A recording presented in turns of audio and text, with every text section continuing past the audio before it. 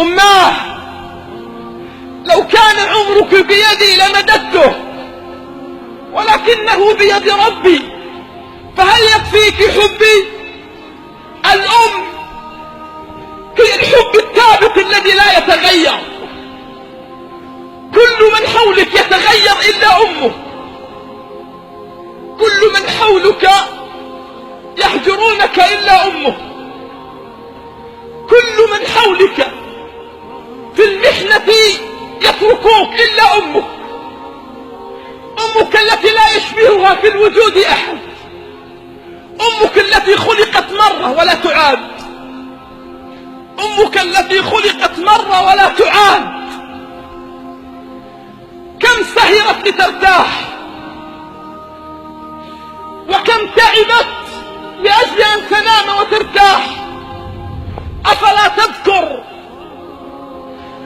تذكر يوم كنت تنام بلا غطاء فتستيقظ على غطاء؟ أولا تذكر يوم أن كنت تستيقظ في الصباح وتجد الطعام بجوارك؟ من كان يجهزه؟ قل لي بربك من كان يجهزه. أولا تذكر يوم أن كنت طفلا في المدرسة تيقظك في الصباح قد استيقظت منذ الفجر حتى لا يفوتها النوم حتى تيقظك، ثم تلبسك الملابس، ثم تغادر فلا تتركك، تظل ترقب على حافة الباب حتى تصل إلى آخر الشارع وتذهب، فلا تعرف النوم بعدها إلا إذا عبرت الشارع. أنسيت هذا كله؟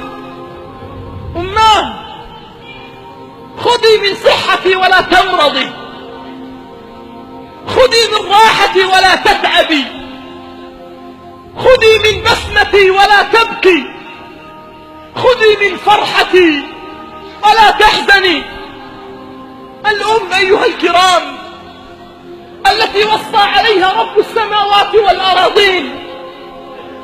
ماذا يفعل الشباب اليوم بأمهاتهم؟ ماذا يفعل الرجال اليوم بأمهاتهم؟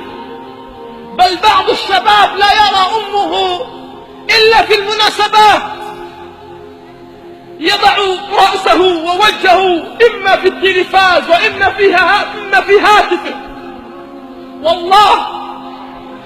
والله بعضنا بل إن لم يكن معظمنا يرى شاشة هاتفه أكثر مما يرى أمه، يقلب الصفحات على الإنترنت أكثر مما يقلب الذكريات والبسمات بجوار أمه.